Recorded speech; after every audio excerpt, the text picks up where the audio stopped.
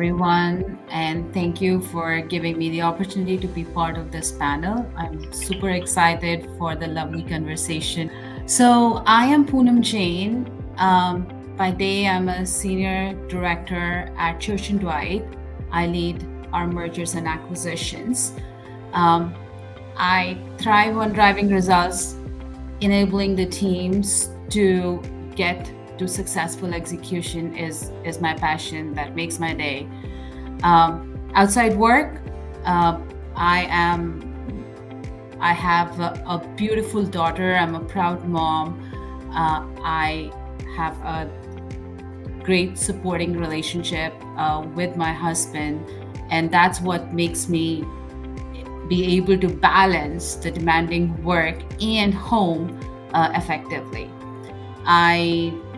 And that's, I think, is going to come up a lot in the conversation today, I'm guessing, in terms of the multitasking, the different roles we play. And it is very, very essential to make sure the part of the work and part of the home stays together. So for me, when I think of my journey, it's the leadership, love, and success.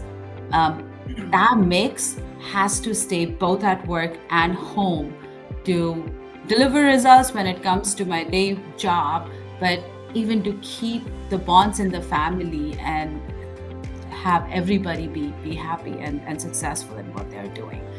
And that is, I think, a very, very important element of women leadership and the quality that ideally every leader should bring, but specifically when we talk about women, being able to not only orchestrate and do what you bring to the table, but enable others, whether they're part of your team, peers, in the leadership group. And that has always been forefront for me, because we win together and we lose together.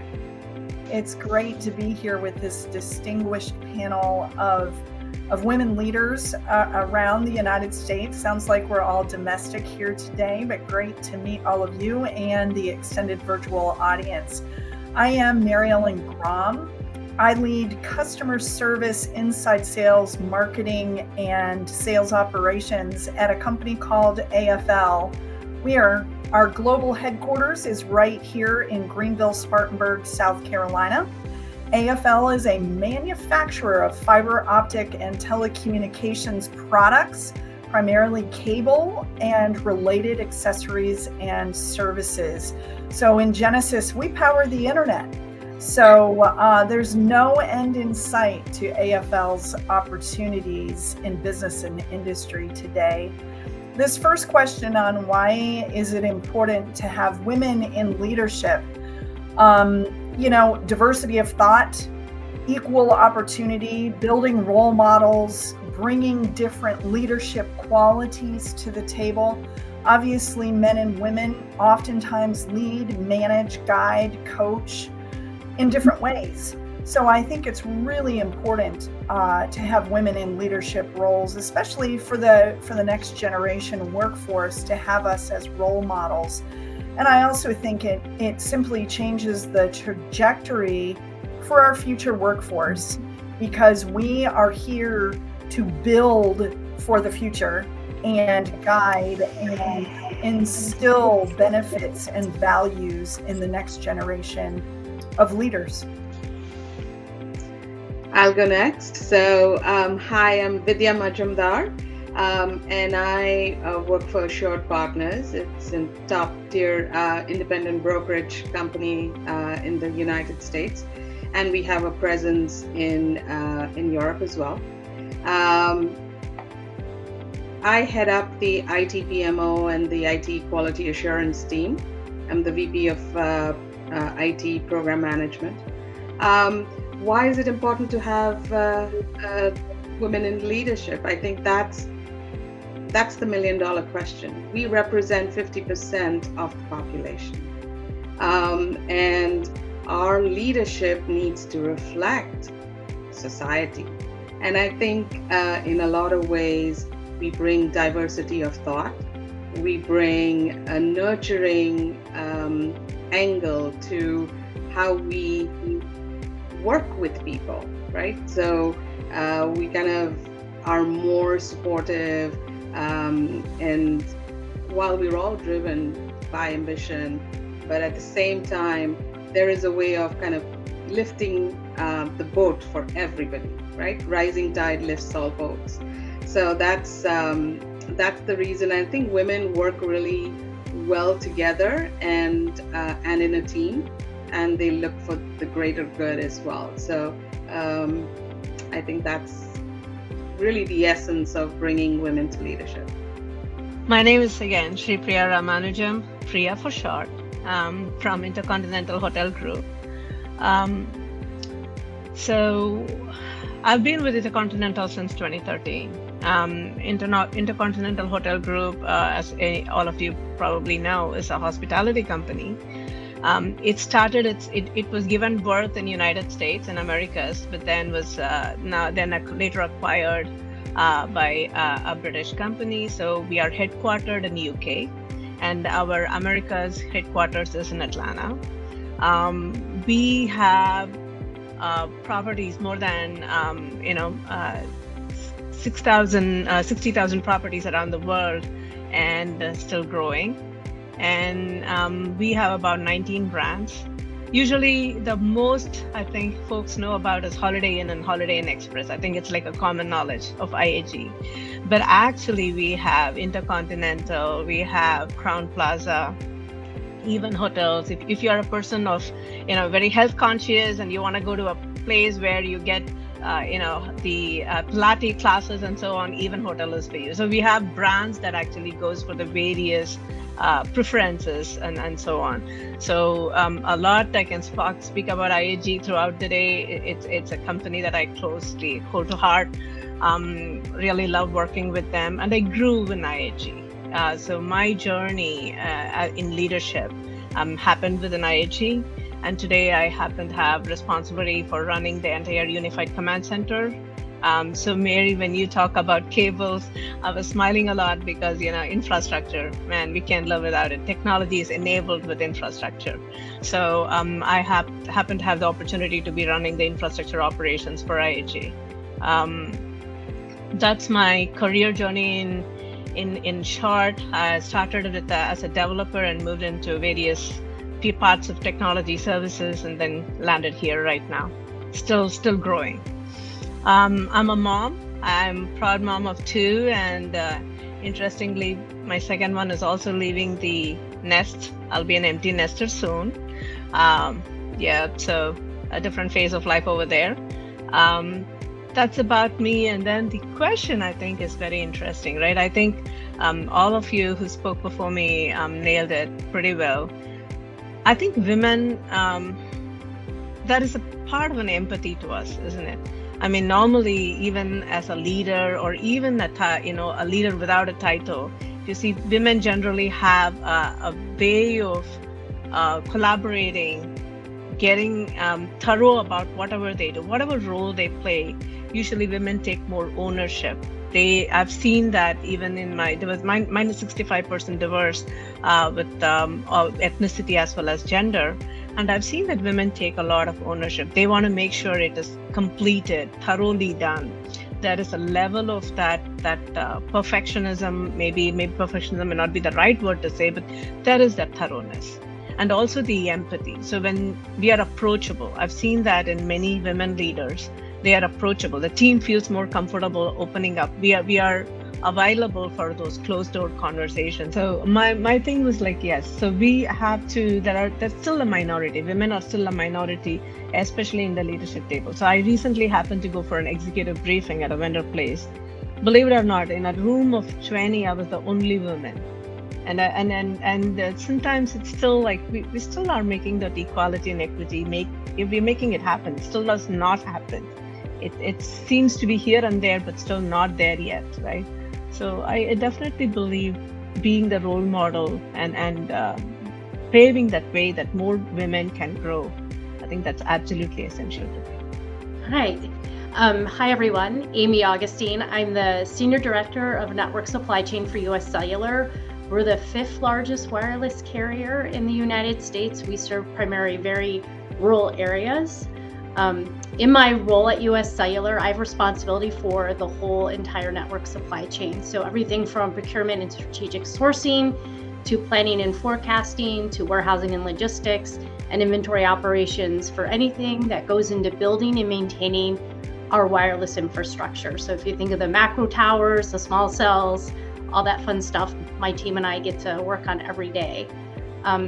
Outside of work, I'm a mom to a 9-year-old boy who is a huge soccer fan and player. Although in our house we call it football, but I know in America football is a different sport than the rest of the world, but we do call it football in our house. So that's a lot of fun. Outside of work, I spend a lot of time on the soccer pitch cheering him on. With the question, why is it important for women in leadership? And I think my fellow panelists have already hit on like a ton of great points. I think for me, it's all of that, right? It's about, we bring a different perspective to leadership, right? A different way of thinking, the diversity of thought, bringing up others, the empathy, right? I think that's all important. And, I've had fantastic leaders in my career and I've had horrible leaders, right?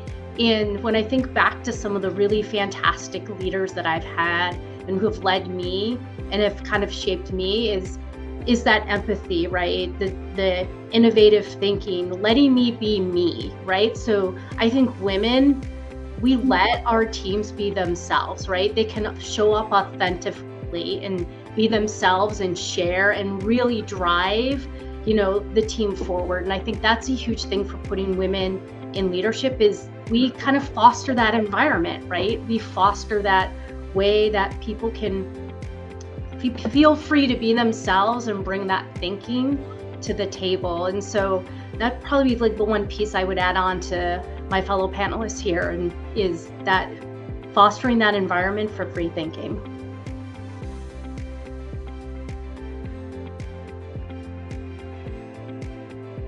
I am Allyson Walter. I'm the Director of IT Technical Services at Mosaic. Mosaic is the leading integrated producer of concentrated potash and phosphate, which are two of the three most important nutrients needed in agriculture. So basically, we help the world grow the food it needs. My leadership spans some critical global areas around network operations and engineering, IT infrastructure, and user services. And then I also oversee our global implementation and support of Microsoft and ServiceNow products.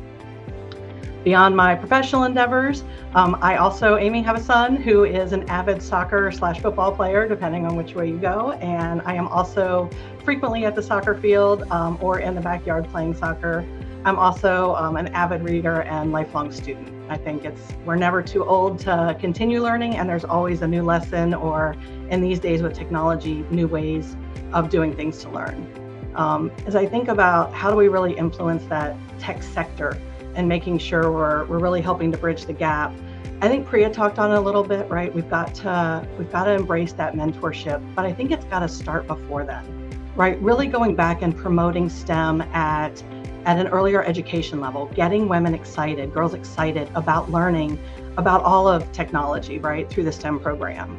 Here in America, we have a program called the Great American Teach-In, which allows us to go into elementary, middle, and high schools and share our career experiences. So I think we have to start that mentorship kind of at that level and then move it up. Similar, I'm in a male-dominated industry in mining and manufacturing, and I'm often the only woman in the room, and I wonder how much more innovative and collaborative we could be if that was a better picture.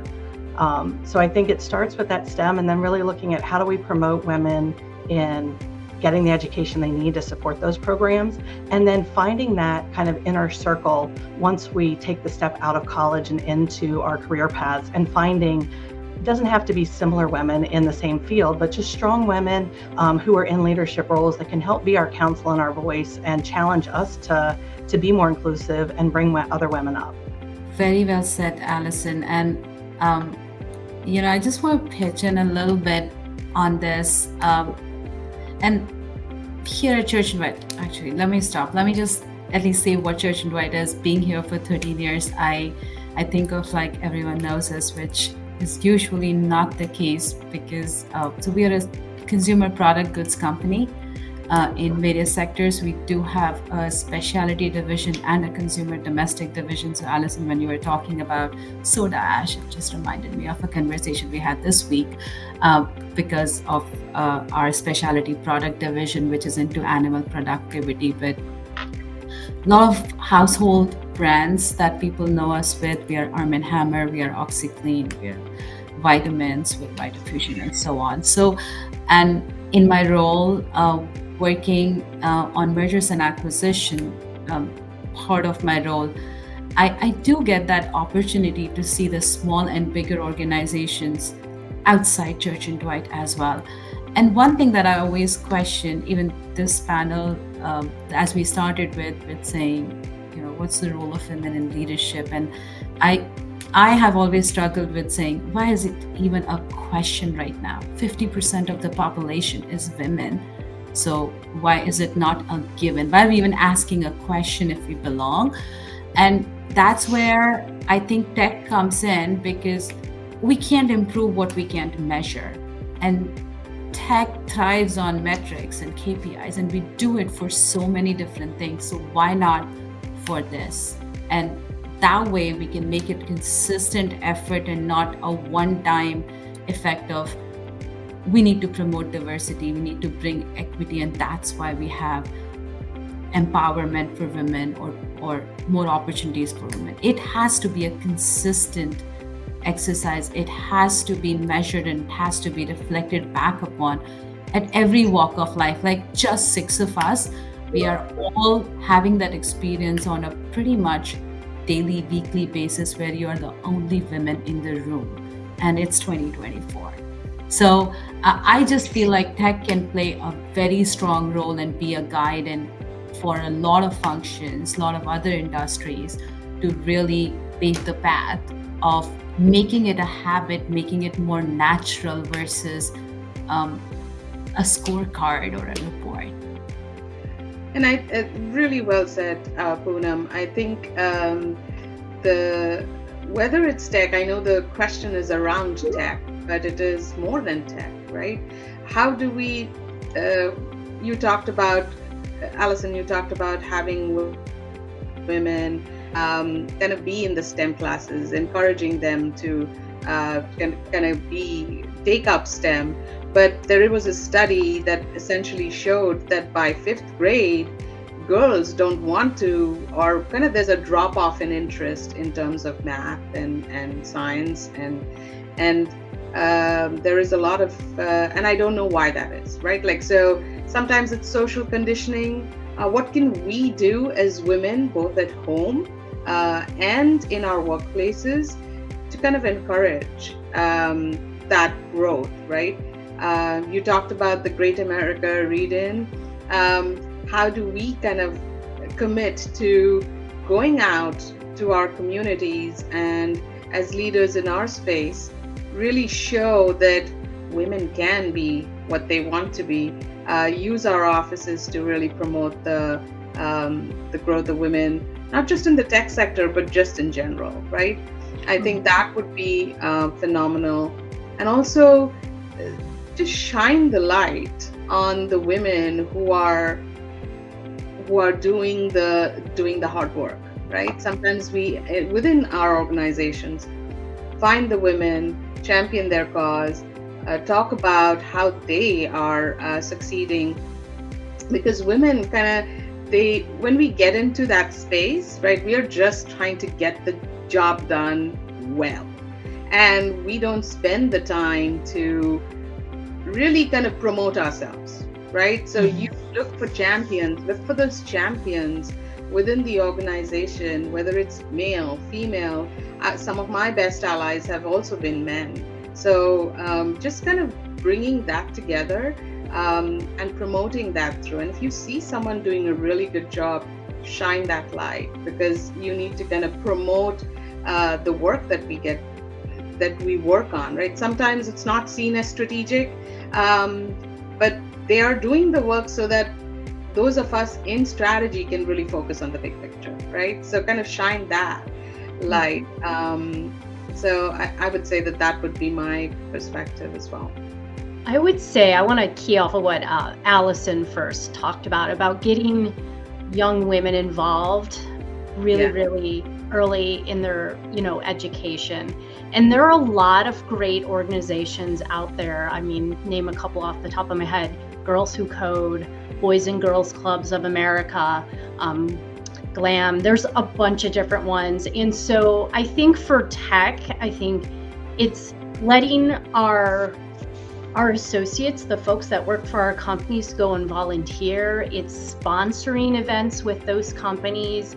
It's really helping them, give them the tools and access to all of us to help these young women and girls and even boys learn about tech and the roles that you could have in tech, right? Or just even in STEM. I think, STEM, so many different careers, not just in the tech sector, that people can go into. And I think that's one place I think tech companies could help out with is give donations, allow volunteer, allow folks to go and be mentors in these programs and work with the kids. It's, I've done some work with UScellular. It's so rewarding to go and be a volunteer, or even in other cases, just give a donation. It helps, right? I think back to my career, I didn't even know what engineering was, and I went to school for it, right? I had no clue till I started my classes, right? This sounds like a cool major. And I think, I would have been even more excited about it if I was exposed to that in junior high and high school versus just coming out of college and coming out of high school, going to college, picking a major. No, that's totally right. And the next phase, right? So one is actually getting girls and to your point, Amy, getting everybody aware of the tech opportunities. So IAG does something called, we have an innovation unit. So we actually are going to the local colleges here, like Kennesaw State, Georgia State, and so on. And we are trying, and we're seeing a lot of girls actually interested in data science. Data science seems to, doing the data analysis and coming up with those data modeling. I see a lot of interest and passion in there because it speaks to them. So we are doing some projects over there, and then comes the hiring part, right? They get some internship opportunities, and we all know with all the OpEx constraints that's spoken of day in and day out in our jobs, sometimes the headcounts are challenging, right? But even after that, when they come in, that's where I think the growth somewhere, they need sponsors. That's something that I have seen. Is one is mentoring and the other is sponsorship. So we have to be the sponsors for those women whom we see have a lot of capabilities. Like recently I met one of the candidates. She's working in the security team, but she's got such great leadership capability already. You can just see the way she talks and the way she interacts and the way she brings the teams together to solve a problem, the problem solving thinking, the strategic thinking. We see that. Then I think that's where probably I would like to be there and make sure that she has that sponsor. If there is a discussion during the calibration meeting or whatever, I'm able to speak, hey, why don't you think about her? Give her a shadow opportunity or something. She is going to show that she's a very good candidate. So maybe that's the other way we can actually help within the tech industry is be sponsors.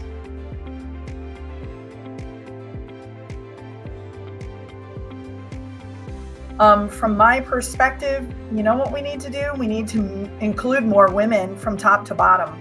We need boards of directors that are diverse. Oftentimes I'll be working inside of a diverse company, but then my passion projects on boards tend to be a little bit more male dominated. So it doesn't matter where we are, chambers of commerce, our schools, our hospitals, we just need to include more women in the candidate pools and in the talent that we bring into our organizations. We've talked about sponsor and ally programs. Those are so important. I think pay for performance is incredibly important, because who are we kidding? We need to get paid for what we do, right? And do that based on performance within the company that you're in, the role that you're in, the teams that you lead, wherever you're making an impact around the organization. Failure is a part of becoming a better company. FAIL stands for first attempt in learning.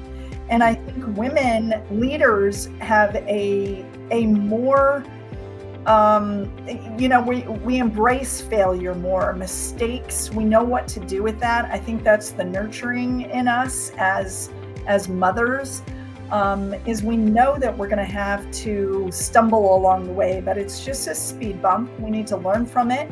We need to not keep mistakes in silence. The worst thing that you can do is sweep it under the rug and not learn from it. But I think those are some practical steps that we're consistently focusing on. What about you, Allyson?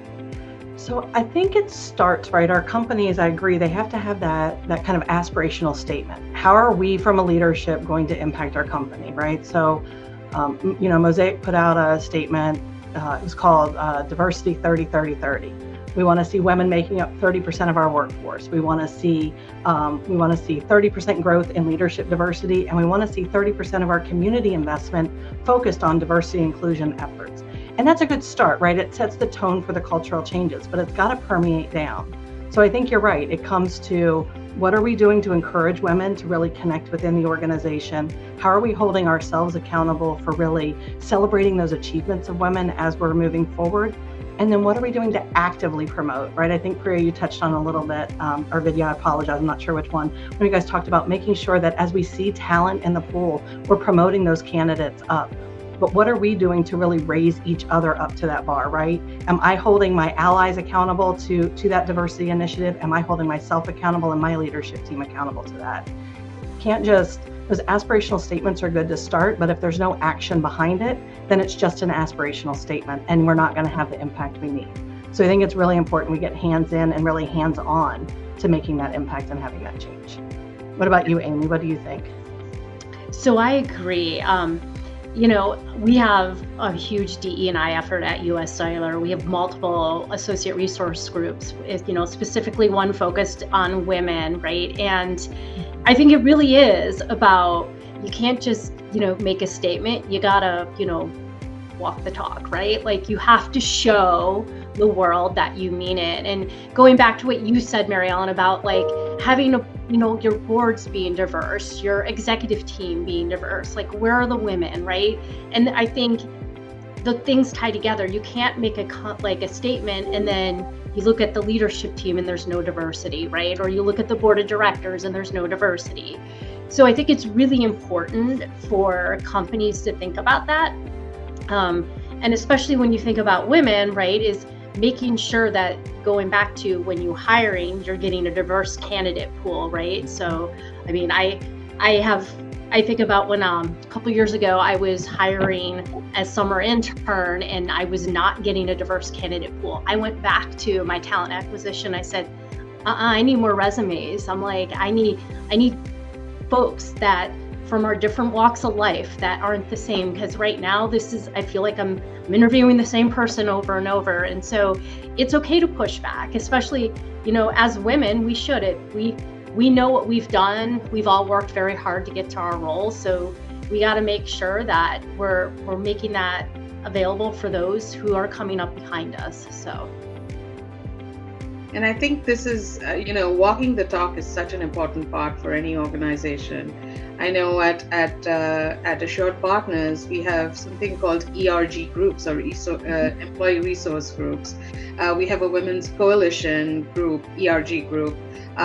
Recently, I started a women in technology group where we kind of complement the work that the ERG does. So where we kind of bring together.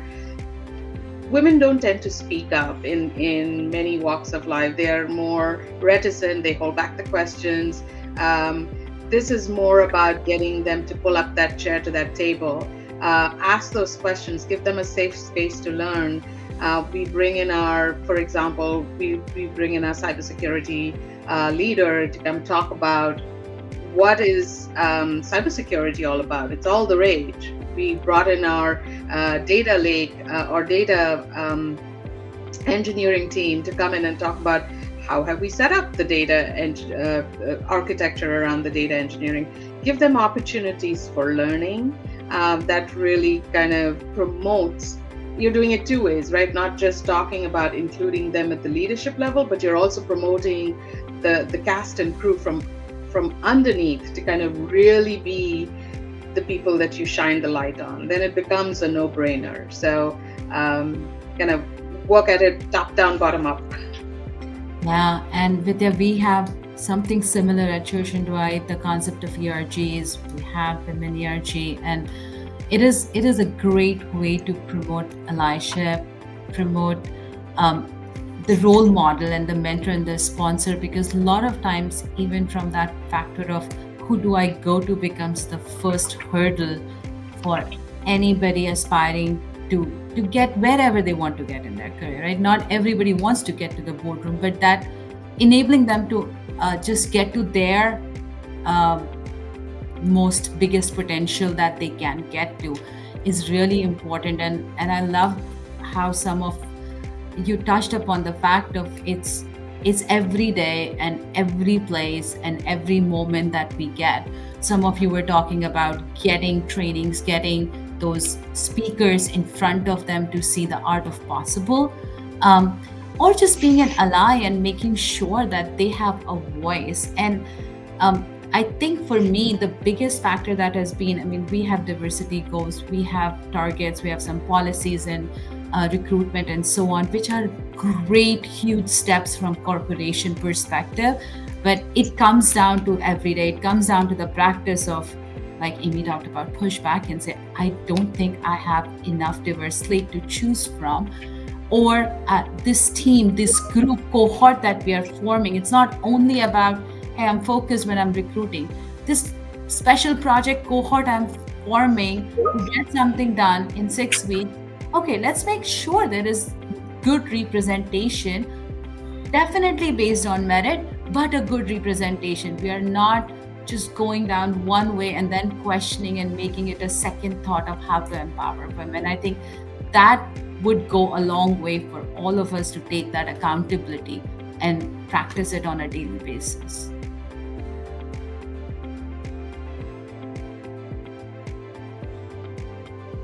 In such a male-dominated industry, I thought I would get more pushback. I'm actually getting more encouragement, right? Yeah. I think there's a fundamental belief at our leadership level that diversity is essential, not just for collaboration, but really to drive innovation, right? We're not going to reach our full potential if we're not taking that diverse thought and dropping that into how can we do things better? How could we be better?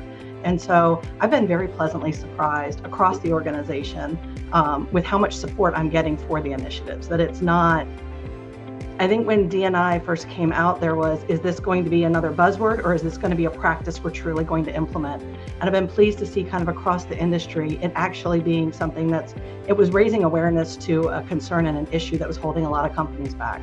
In my case, I mean, I was actually able to promote one of the women as a manager. And there is a little bit of a learning curve, right? When you just the first time people management, there are some tricks and to it, and I was glad to see that my leadership was patient. Like, I mean, there were certain things that some kinks we had to work out and all that stuff, but I don't think there's a pushback. Rather, I think that there is more embracing idea. I don't know, D&I being a metric or something that helps there, because it's something that every company wants to achieve, just to ensure that we have a good diverse percentages from the HR reports point of view. But definitely I feel that I'm very blessed to have a good manager. I mean, he's very conscious of performance rather than it being a gender based, so that has helped a lot. And also you must have heard us talk about sponsorship and so on, so that's probably also an element that we are working on right now, being more vocal about bringing people who are adding value rather than going by popularity or optics per se, and I've seen that being received well as well. Yeah, I think, like all of you, I think my company has been very supportive of the women coming up through leadership. There's still ways to go for sure, but then it's working. It's a work in progress.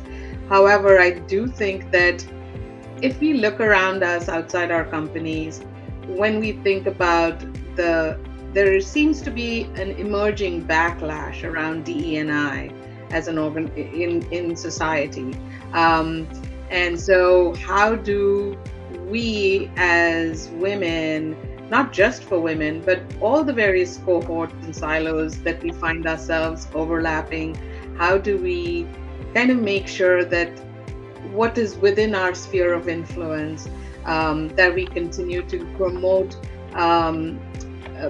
those values as well. So I'm kind of sharing the other side of it, what's happening in society. We've been blessed to have a microcosm of our organization being very supportive, but we've got to watch the wins, if you will, in some instances. I think it's important for mentors in building that allyship. And I talked about that earlier as well, is like not just men, but women too. Like the other way around, not just women, but men too are good allies. And I've always been blessed to also see good allies in my career growth and sponsors as well. So we've got to keep promoting that and keep talking about it. I think if we reach that table, how do we kind of continue that conversation for the next set to pull them out? Yeah, no, that was great. And rather, that's what the fact that you asked that question is definitely indicative of what's going in the broader society landscape, right? The reflection, the fact that we are all in the positions we are in our companies, there is something that's right that's happening in these organizations that has enabled us, one, to be there and be this positive about talking about sponsorship and mentorship and art of what more is possible, and not stopping and at where we are. But the landscape is there. The landscape, not only in corporate world, but even the society. Girls, somebody had, I think Vidya or someone had talked about the studies were saying at 5, the STEM interest from female population drops compared to other. And that has something to do with age-old innate ways of what a girl is playing with versus a boy is playing with. And we live in that society. So work and family comes together. And so we do have to be cognizant of that factor. It's not a day when you can just change it in a snap. It is a work in progress, and we all have to be at it. And the support that we can get from male leaders, from women leaders, as much as allyship we can build around it, will help take the cause forward.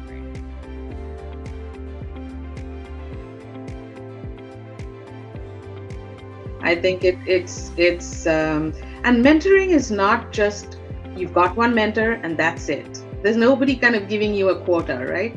So you find mentors for that you want to emulate in particular facets of that you want to grow in, right? So you may have a mentor who's really good at communication and telling a story or building a relationship. You may have someone else who's very technical and learning from someone who's a SME in that area. They may overlap, they may not. So always kind of enjoy mentoring different facets. So always have mentors in different facets. So you can have more than one mentors, and they don't need to be gender specific at all. You should really explore where the best what's the word? So who's the best mentor, right, in that particular area? That would be my 2 cents. I think sometimes we learn just as much from our mentees as mentors, right? So I agree with you, Vidya. I think it's important that we have a broad scope that we're pulling from, not just for us to learn, right? If we're asking for our leadership to think diversely, we have to have that diverse perspective coming in. But I also think as a mentor, I learn just as much from my mentees, each engagement. And whether that's how to better coach somebody or a new technical skill, or how to better engage and influence a particular narrative, I think we have to open up that mentor relationship and really look at it from both sides, as the mentor and the mentee. And Rod, I'm with you. I don't think it should be on any line, right? I wanna have mentors and mentees that are women and male. I wanna have mentors and mentees that are based in the US and based abroad, right? And make sure I'm getting that full diverse kind of perspective in, so that I can grow better as a leader. Yeah, I tend to agree. There's an expectation in today's younger workforce that you walk into a company and the company offers you a mentorship program, a formal program where you match and you follow up and you have a playbook and it's rigorous. And what I'm trying to help people understand is it doesn't need a formal program.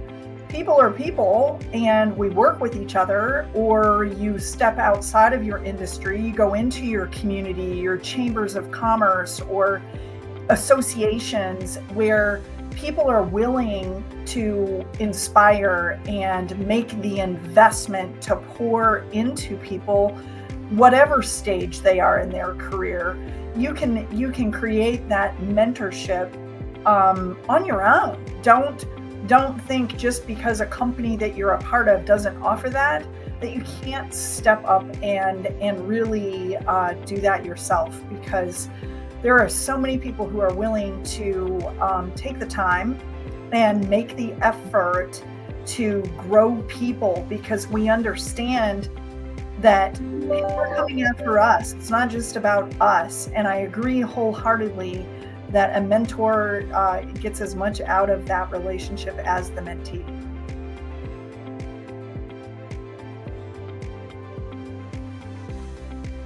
So I can start. So I would say take some risks. Maybe think about applying for a role that you totally is not something you're interested in or might not be interested in, not in your background. I did that at UScellular, and it was one of the best experiences I ever had. So I went from supply chain, my bread and butter, to corporate business strategy, right? So take a risk. You learn a new skill, you network with new people, and you can always go back to where you came from, right, in that area. But I think taking risks like that just helps you develop and grow new skills and just flex the skills that you have, and also helps you to learn leadership. So I'll tell you what I did, right? I feel that that's like a tried and tested method. So I was telling initially, I started as a developer, then slowly moved into business analysis. And then from business analysis, I went into, going to the support end of the house and then trying to see how does service desk work and how does ITSM processes, optimizations work. And then from there into, infrastructure operation. So I think that gave me a breadth of spectrum. So as I was growing lateral as well as also hierarchical in certain ways. So the role that I have to perform right now, I'm able to give that 360-degree view. Like when my CTO calls and says, can I have a resiliency review, please, of this particular architecture? I can do the architecture. So I think for girls who are growing up, I would say, go to the various areas, learn more. This is your time for you to do that. And believe it or not, later as you grow in your career, that gives you that strength, because there comes a point where you're able to understand things at a high level. You don't have to be sitting at a command line, right? There's a point, but you're able to understand the architecture. You're able to speak budget. So that gives you also the strength to grow in the career aspect. So I would definitely encourage them to learn more, both laterally as they are growing. And I would jump in and say, be curious, learn as much, absorb and learn, ask leading questions when you don't understand, be unafraid. We are all kind of saddled with our fears, insecurities. Be unafraid to ask questions, and then also be open to unlearning. So you've kind of gotten set in your ways, coming up through your background, through your career, through your experiences, but be open to unlearn. I'm having to unlearn certain ways as we speak. So that is that's something that I would highly advocate, and because it's kind of benefiting me a lot when I'm like looking at it from a very different angle. So I would say those were my 3 things. It's great advice. My personal mantra is connect the people, the dots will follow. If you start by really focusing on people and getting to the human element of work, naturally you're going to have people that you can go to get questions answered, get your work done. I think it's so important. And sometimes people go right to the end frame or the task or the project at hand, and they alienate getting to know their brothers and sisters in the workforce first, because over time that's really going to help you.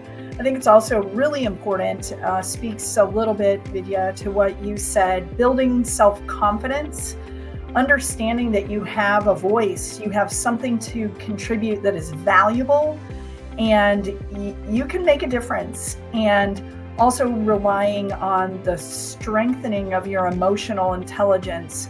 We're a different breed, us girls, and we need to make sure that we can control our emotions and know when to turn them up, turn them down, or just flat out turn them off, because it can make a big difference. And then finally, learn to brag about yourself, because you know what, if you brag and your facts are there and it's true, it's not bragging. It's talking about the results that you're making, the difference, the impact that you have. And I firmly believe in the IamRemarkable.org concept. If you haven't heard about that, it's a powerful way to teach anyone, not just females, but anyone, to find their voice and use it wisely. What you said, Mary, is like so close to heart for me. These are the learnings over the years as I have gone, and I wish like if I could go back to my younger self, I would start with saying, don't rely on anybody else defining your journey or your goal. Both are your own. So to the lines of, be confident, know who you are, what you want to be, and do it your way. Even if you're making mistakes, it's your journey. You're making mistakes, and you will get to your goal.